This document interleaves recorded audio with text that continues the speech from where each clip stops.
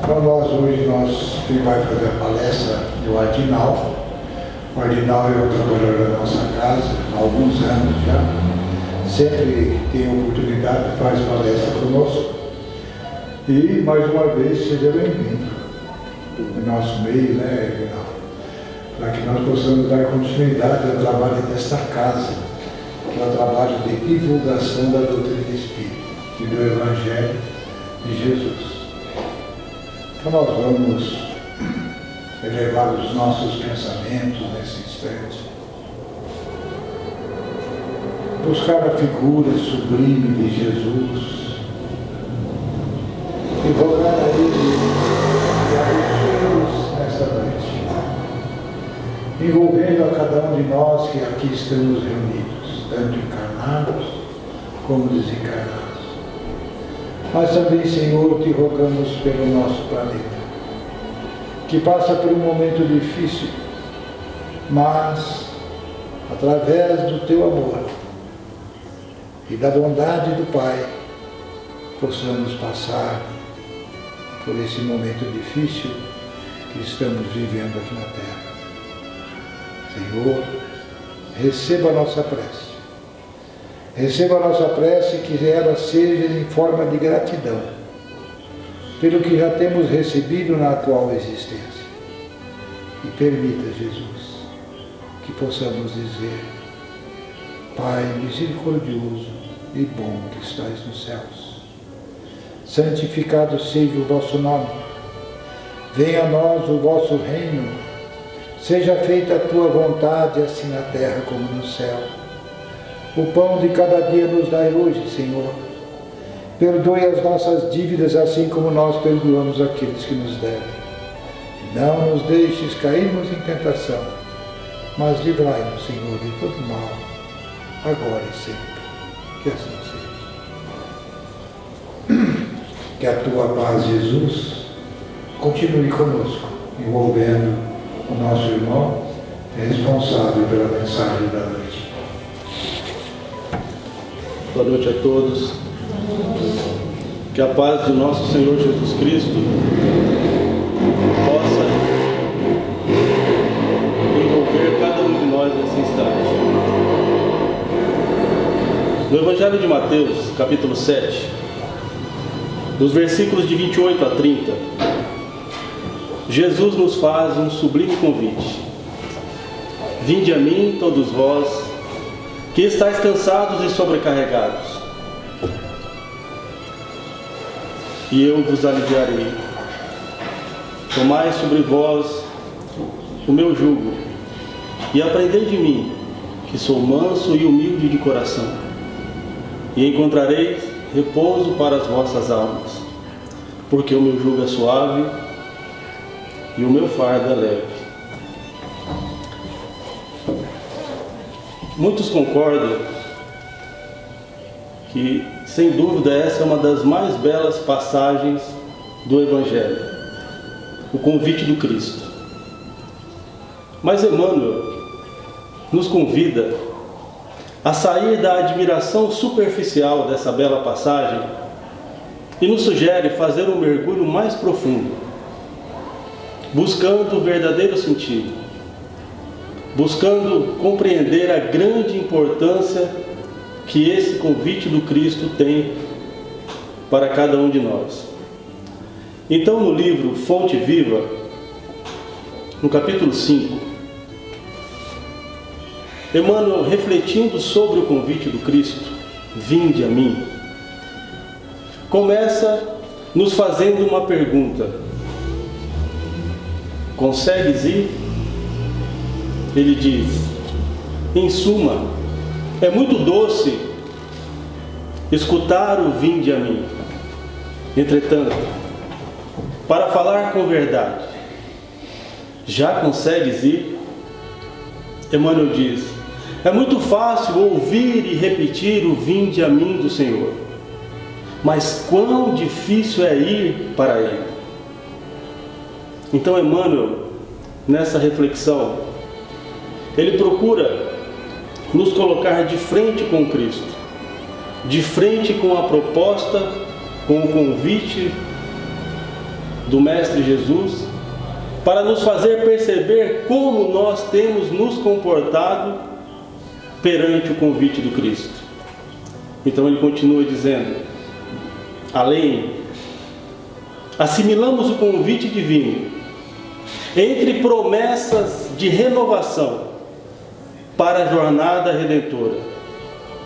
Todavia, o cárcere do desânimo isola o espírito através de grades resistentes. O que Emmanuel está tentando nos dizer? Ele diz, além, ou seja, no mundo espiritual, quando nós estamos livres da influência da matéria, quando o nosso espírito está livre para compreender que a verdadeira vida é a vida espiritual, quando o nosso espírito pode compreender que a vida na matéria, na carne, é apenas uma grande oportunidade de aprendizado, quando nós entendemos que a vida num planeta material, que cada planeta é apenas uma escola.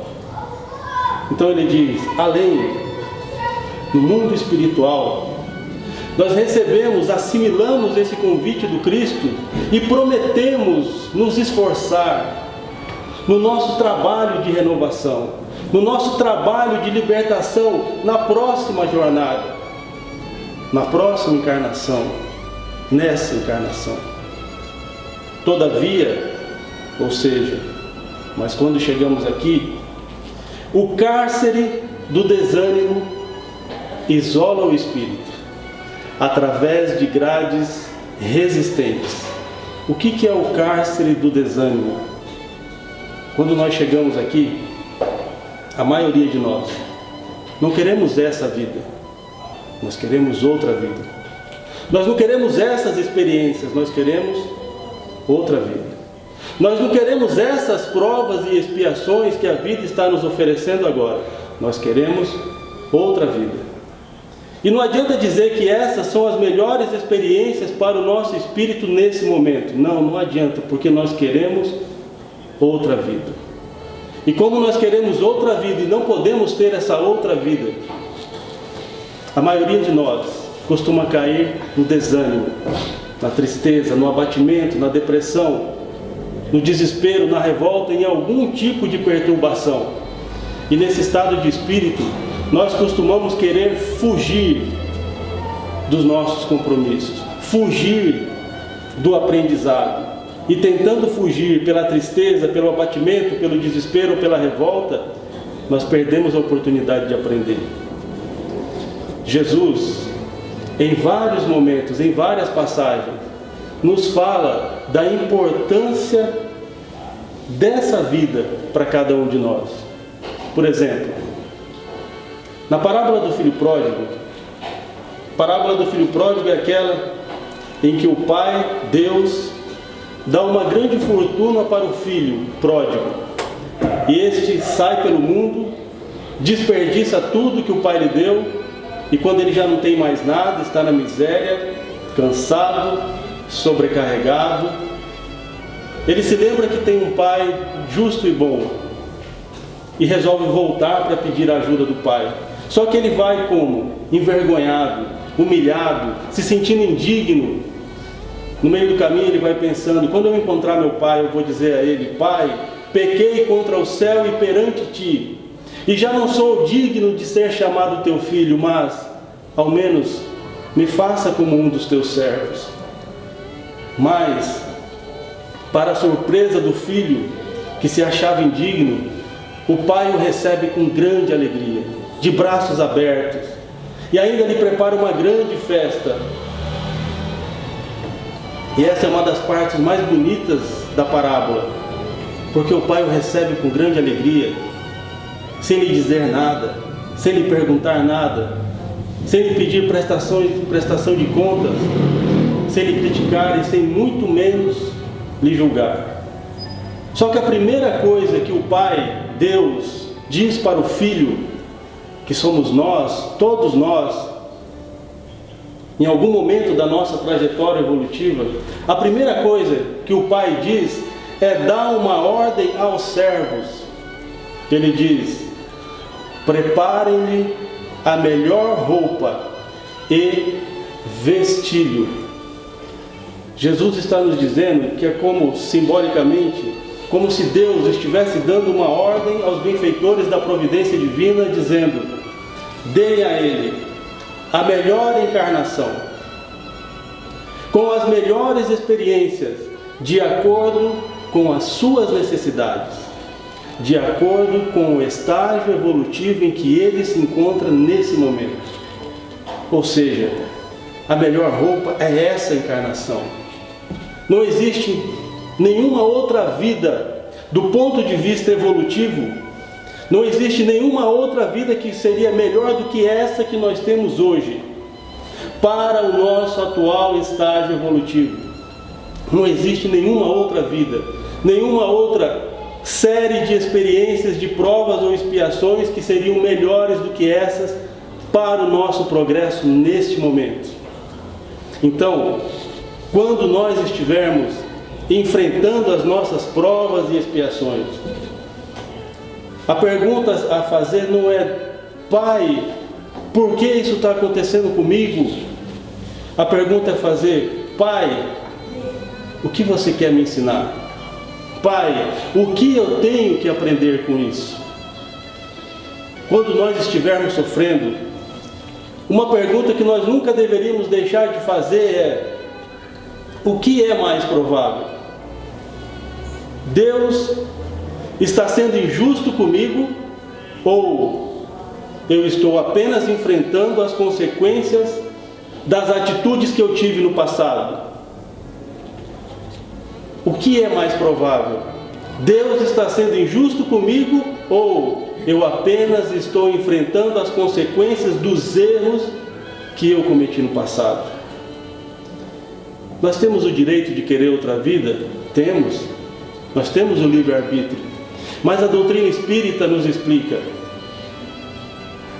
que aquilo que nós temos que aprender, nós vamos aprender nessa vida ou em outra vida.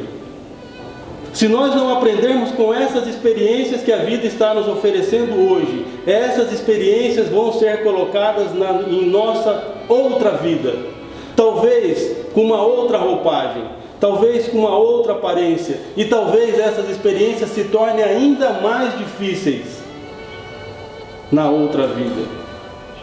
Porque aquilo que nós precisamos aprender, nós vamos aprender, seja nessa vida ou seja em outra vida, mas nós vamos ter que aprender, porque não tem como subir o próximo estágio evolutivo sem aprender o que nós precisamos aprender no atual estágio evolutivo em que nós nos encontramos. E Emmanuel, aqui eu vou pular uma parte, atendendo ao pedido do nosso irmão Eurípides, para encurtar um pouco o tema, mas Emmanuel continua na reflexão, tentando nos fazer compreender os compromissos que nós assumimos, e que a maioria de nós temos grandes dificuldades de relembrar para trabalhar dentro desses compromissos de renovação. Então, mais à frente, Emmanuel diz: todos os crentes registram-lhe o apelo consolador, mas raros se revelam suficientemente valorosos na fé para lhe buscarem a companhia.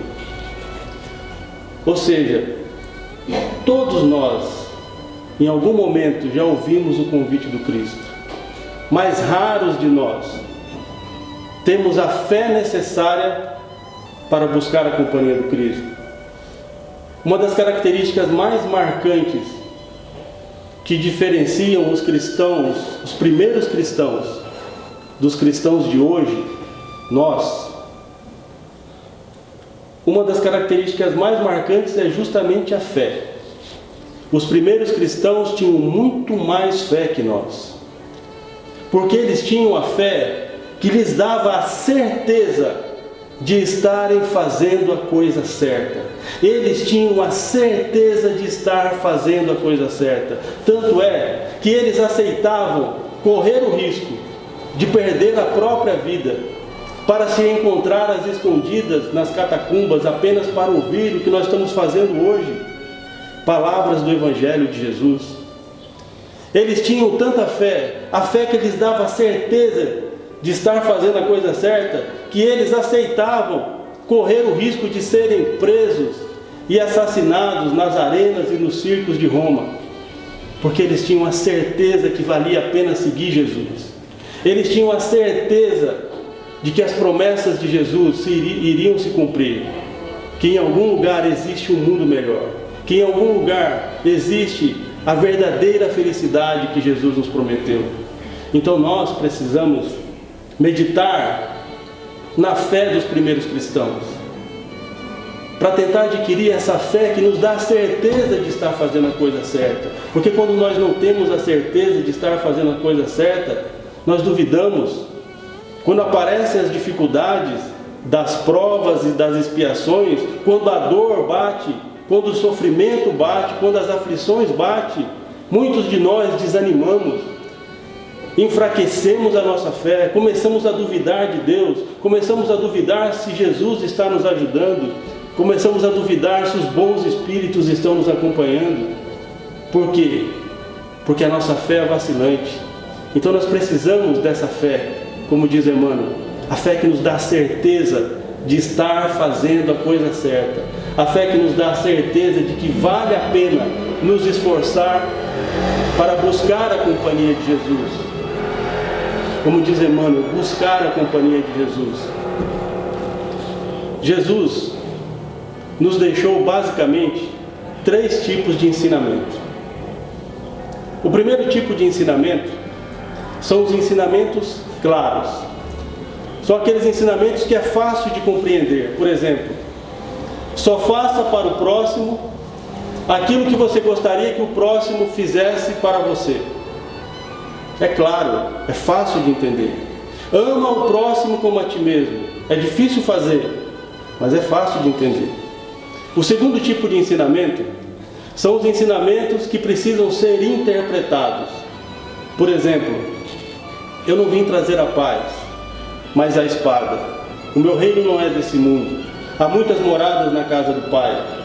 É preciso renascer da água e do Espírito. E quase todas as parábolas precisam ser interpretadas. Esse é um dos principais motivos pelo qual Jesus trouxe o Espiritismo para a humanidade, para nos ajudar a compreender vários desses ensinamentos que, como diz Allan Kardec, estavam como incompreensíveis sem a chave que o Espiritismo traz, a reencarnação. O terceiro tipo de ensinamento são os ensinamentos que Jesus nos deixou sem usar palavras. Ensinamentos que Ele deixou apenas com as suas atitudes, com os seus exemplos. Ele sabia que a nossa percepção ao longo do tempo iria se desenvolver e que nós iríamos começar a perceber mais dos seus ensinamentos apenas com as suas atitudes e exemplos. No ano passado, nós citamos alguns exemplos desse tipo de ensinamento que Jesus deixou com os seus exemplos. Por exemplo, vamos lembrar um. Nós dissemos que quando Jesus fez as curas e os ditos milagres, Jesus não queria apenas fazer coisas maravilhosas para nos impressionar. Não. Ao mesmo tempo, Jesus estava nos deixando mensagens. Ao mesmo tempo, Jesus nos deixava alguns ensinamentos. Porque Jesus fez curas que até hoje não tem explicação. Jesus curou pessoas doentes terminais que fatalmente morreriam naquela época e morreriam hoje, porque a nossa ciência ainda não conseguiu descobrir como Jesus fez algumas das curas que Ele fez. Então a mensagem que Jesus estava dizendo, deixando para nós aí, com o seu exemplo é: tenham fé. Tenham fé, porque aquilo que não é possível para o homem é possível para Deus. Porque nada é impossível para Deus. Não existe problema grande demais para Deus. Esse é um ensinamento tão importante que Jesus, Ele deixou sem palavras nos seus exemplos, mas também falou claramente usando palavras. no capítulo 10, versículo 27 do Evangelho de Marcos, Jesus diz exatamente isso. Aquilo que não é possível para o homem, é possível para Deus, porque não existe nada que não seja possível para Deus. Então, e nessa linha de ensinamentos que Jesus deixou sem palavras, talvez um dos ensinamentos mais importantes que Jesus nos deixou é o ensinamento de que Jesus fez o Evangelho para mim. Todos os ensinamentos que estão no Evangelho, Jesus fez para mim. Quando eu digo para mim, eu quero dizer para cada um de nós, como se fosse uma conversa individual, como se fosse uma conversa particular, porque todos nós, para alcançarmos a perfeição, temos que aprender os ensinamentos que estão dentro do Evangelho. Então é como se Jesus tivesse feito o Evangelho para mim. Tudo que tem lá diz respeito a mim. Todos os ensinamentos que tem lá, Jesus está dizendo para mim, para cada um de nós, individualmente. E a doutrina espírita nos ajuda a compreender isso. Porque a doutrina espírita nos ensina que nós fomos criados por Deus, simples e ignorantes, mas com potencial a ser desenvolvido, com potencial para aprender. E a doutrina espírita nos diz que em cada encarnação nós aprendemos um pouco, nós fazemos um pouco de progresso.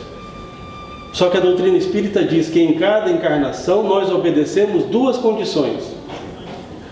Nós podemos progredir um pouco ou podemos ficar simplesmente estacionados, mas nós não retrocedemos. O espírito não retrograda, o espírito não evolui, o espírito não desaprende o que ele já aprendeu. E isso é tão importante que os benfeitores repetem em vários momentos do Livro dos Espíritos. Por exemplo, na questão 118, na questão 178, na questão 193, na questão 612 e em outros pontos. Mas na questão 194, Allan Kardec faz uma pergunta para não deixar mais nenhuma dúvida sobre esse assunto. Na questão 193, os espíritos já haviam dito isso. Mas na questão 194, Allan Kardec insiste. E ele faz a seguinte pergunta: a alma de um homem de bem pode, numa nova encarnação, animar o corpo de um homem perverso? A alma de um homem de bem, uma próxima encarnação, ele pode vir como um homem perverso? E os espíritos são claros e concisos na explicação: não, visto que ela não pode degenerar, a alma não pode degenerar, a alma não pode retroceder. Isso quer dizer, isso nos leva a uma conclusão importante e que às vezes chega até a assustar. Isso quer dizer que eu nunca fui melhor do que eu sou hoje. Eu nunca fui melhor do que eu sou hoje, pelo menos do ponto de vista moral. Eu nunca fui melhor do que eu sou hoje. Porque a providência divina pode bloquear a nossa memória, e bloqueia. Tanto é que nós não lembramos do nosso passado, quem nós fomos, o que nós aprendemos em outras vidas. A providência divina pode limitar a nossa inteligência, e às vezes limita pelo nosso corpo físico. Mas a providência divina não bloqueia e nem limita os nossos sentimentos. Aquilo que nós somos, aquilo que nós nos tornamos ao longo de toda a nossa existência, desde a criação, nós manifestamos livremente.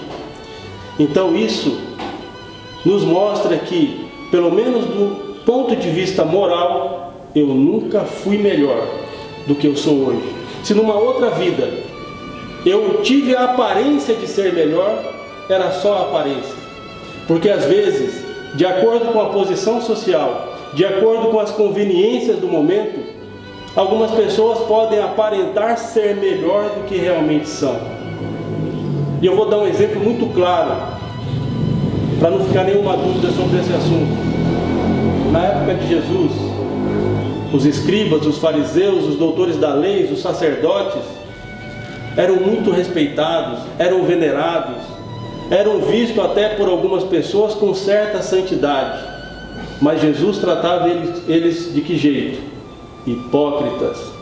São túmulos caiados por fora, mas cheios de podridão e imundície por dentro. Ou seja, eles só tinham a aparência de ser bons, mas não eram bons. Então, entendendo que eu nunca fui melhor do que eu sou hoje, nós podemos compreender que tudo que está no Evangelho, Jesus disse para mim em algum momento: eu sou o filho pródigo. Em algum momento, talvez agora tentando voltar para o Pai. E ao mesmo tempo eu também sou o irmão egoísta do filho pródigo. Em algum momento eu fui o jovem rico, que não teve coragem de doar sua fortuna aos pobres para depois seguir Jesus. Eu sou a ovelha perdida. Na parábola do bom samaritano, eu já fui quase todos os personagens. Só falta aprender a ser o bom samaritano. Na parábola do semeador, quando Jesus compara as nossas almas com os solos, com certeza eu já fui o solo do caminho, onde a semente do Evangelho caiu e se perdeu. Eu já fui o pedregal, que a semente do Evangelho caiu, começou a crescer, mas como não tinha raízes profundas, morreu. Acredito que eu sou ainda o solo do espinheiro, onde a semente do Evangelho cai, mas quando cresce os espinhos, que são os cuidados desse mundo, que são as ilusões desse mundo, sufocam o seu crescimento. Eu acredito que eu ainda sou esse solo do espinheiro, tentando aprender a ser o solo bom, onde a semente do Evangelho vai cair e vai frutificar. Quantas vezes será eu já neguei Jesus? Quantas vezes eu neguei o Cristo? 3 vezes como Pedro? Não, talvez muito mais. Quantas vezes eu agi como uma mulher adúltera? E quantas vezes eu agi também como as pessoas que queriam apedrejar a mulher adúltera? Quantas vezes eu vendi o Cristo por 30 moedas de pratas? Não, por muito menos. Quantas vezes eu abandonei o Cristo? Por medo, por vergonha, como os discípulos fizeram. Quantas vezes eu abandonei o Cristo por covardia, por não querer mostrar a minha fé, por me preocupar mais com a opinião dos outros, por não querer assumir a minha posição perante os ensinamentos do Mestre? Quantas vezes? Então, entendendo dessa forma, nós vamos perceber que tudo que está no Evangelho foi dito para cada um de nós. Tudo que está lá é dito para cada um de nós de forma individual. E os espíritos superiores sabem disso. Madre Teresa de Calcutá sabia disso. Madre Teresa de Calcutá disse certa vez: faça o melhor que você puder fazer pelo mundo. Talvez não seja o bastante. Mesmo assim, faça o melhor que você puder fazer pelo mundo. Porque um dia você vai compreender que no fim das contas era tudo entre você e Deus. Ou seja, é tudo entre nós e Deus. É tudo entre nós e o Cristo. É uma conversa entre nós e o Cristo. Chico Xavier também sabia disso. No livro O Evangelho de Chico Xavier, Carlos Bacelli coloca vários pensamentos de Chico, vários ensinamentos que ele foi anotando ao longo da sua convivência com Chico Xavier. E num desses pensamentos, muito bonitos, Chico Xavier diz isso. Mas eu só vou usar 2 frases desse pensamento. Chico Xavier diz assim: Jesus nunca nos abandona. Ele conhece cada um de nós pelo nome. Olha só como é forte isso. Jesus conhece cada um de nós pelo nome. É uma conversa particular entre nós e Jesus. Jesus trouxe o Evangelho para a humanidade. Mas quando nós olhamos dessa forma, nós costumamos ter a atitude de deixar a responsabilidade, a maior parte ou toda a responsabilidade para os outros. Nós gostamos de falar, eu sou imperfeito, eu não sou santo, querendo livrar de nós a responsabilidade, mas nós temos que assumir a nossa responsabilidade e compreender que o Evangelho Jesus trouxe para cada um de nós. Então, quando nós estamos diante do Evangelho de Jesus, estudando o Evangelho de Jesus, nós temos que esquecer o resto da humanidade. Não existe o resto da humanidade nessa hora. É uma conversa entre nós e o Cristo. Entre nós e o Cristo. Entre nós e Jesus, é entre nós e Deus. Os benfeitores disseram isso na codificação. Os benfeitores disseram a mesma coisa para Allan Kardec. Na questão 963 do Livro dos Espíritos, Allan Kardec faz mais uma das suas muito bem formuladas perguntas. Só que para não deixar dúvida sobre o que ele queria saber, ele ainda faz a pergunta em duas partes. Ele pergunta assim: Deus se ocupa pessoalmente de cada homem? Preste atenção no detalhe da pergunta. Deus se ocupa pessoalmente de cada homem? Não é Ele muito grande e nós muito pequenos para que cada indivíduo em particular tenha alguma importância aos seus olhos? Não é Ele muito grande e nós muito pequenos para que cada indivíduo tenha alguma importância aos seus olhos? E os benfeitores respondem, e na minha opinião, essa é uma das passagens mais bonitas de toda a codificação, que os benfeitores colocam. Eles dizem assim: Deus se ocupa de todos os seres que criou, por menores que sejam. Nada é pequeno demais para a sua bondade. Nada é pequeno demais para a sua bondade. Nada é pequeno demais para a bondade de Deus. Nada nem ninguém é pequeno demais para que Deus não se ocupe pessoalmente desse ser. Então, Jesus disse isso. Jesus disse que até os fios de cabelo da nossa cabeça estão contados. Por quê? Porque Jesus se ocupa pessoalmente de cada um de nós. Então, a nossa relação com o Evangelho tem que ser uma conversa individual. É uma conversa, nós não temos que dar satisfação para a humanidade, nós temos que dar satisfação para o Pai. Por isso é uma conversa nossa com o Cristo, é uma conversa nossa com Deus. E por quê? Se Deus está tão próximo, se Cristo está tão próximo, por que nós temos tanta dificuldade de perceber a presença deles?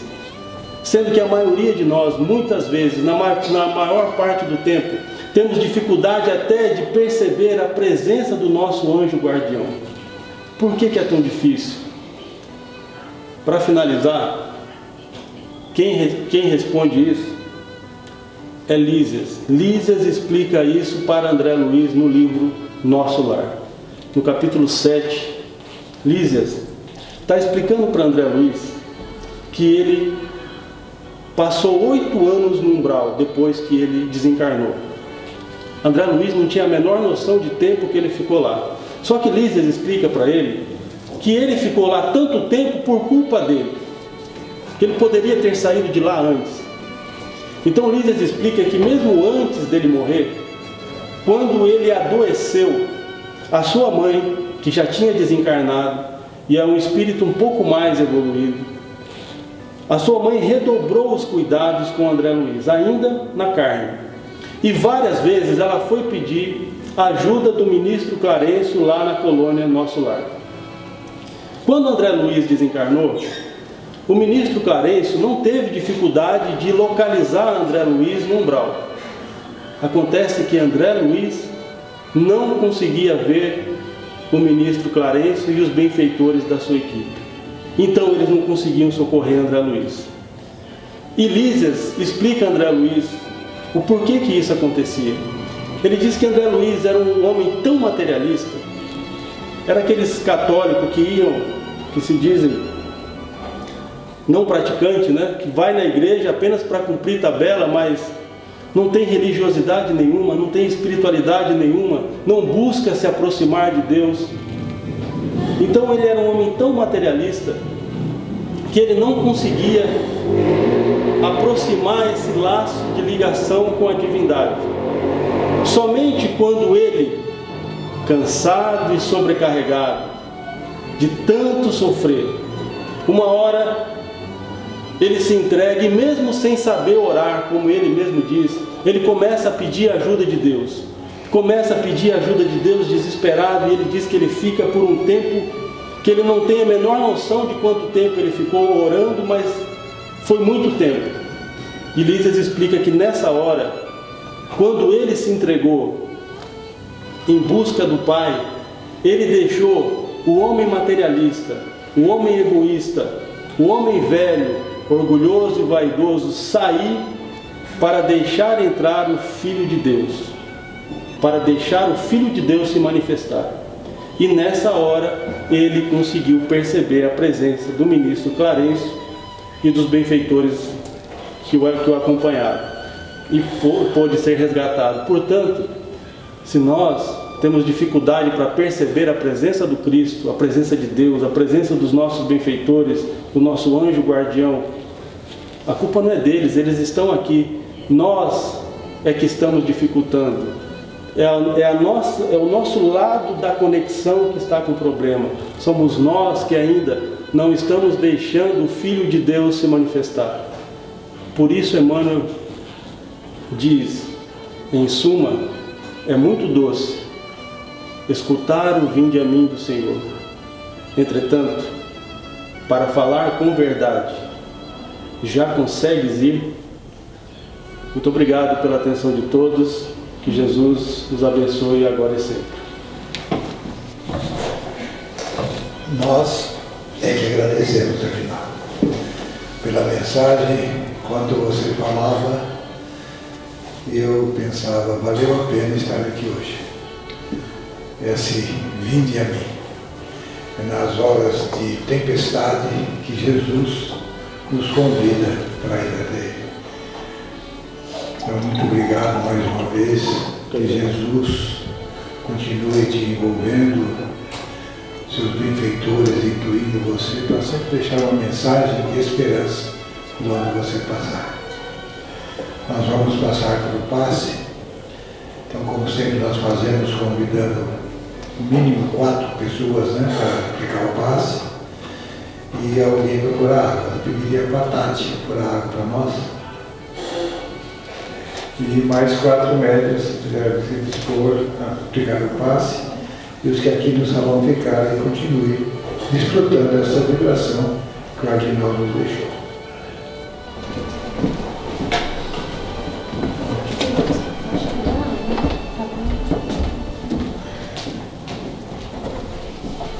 Nossa gratidão ao Aguinaldo, que é sempre um filtro muito afinado, que filtra aquilo que tem de luz, né, nos livros, e traz para a gente algo que encanta o seu coração, sua mente, e a gente é sempre beneficiado disso.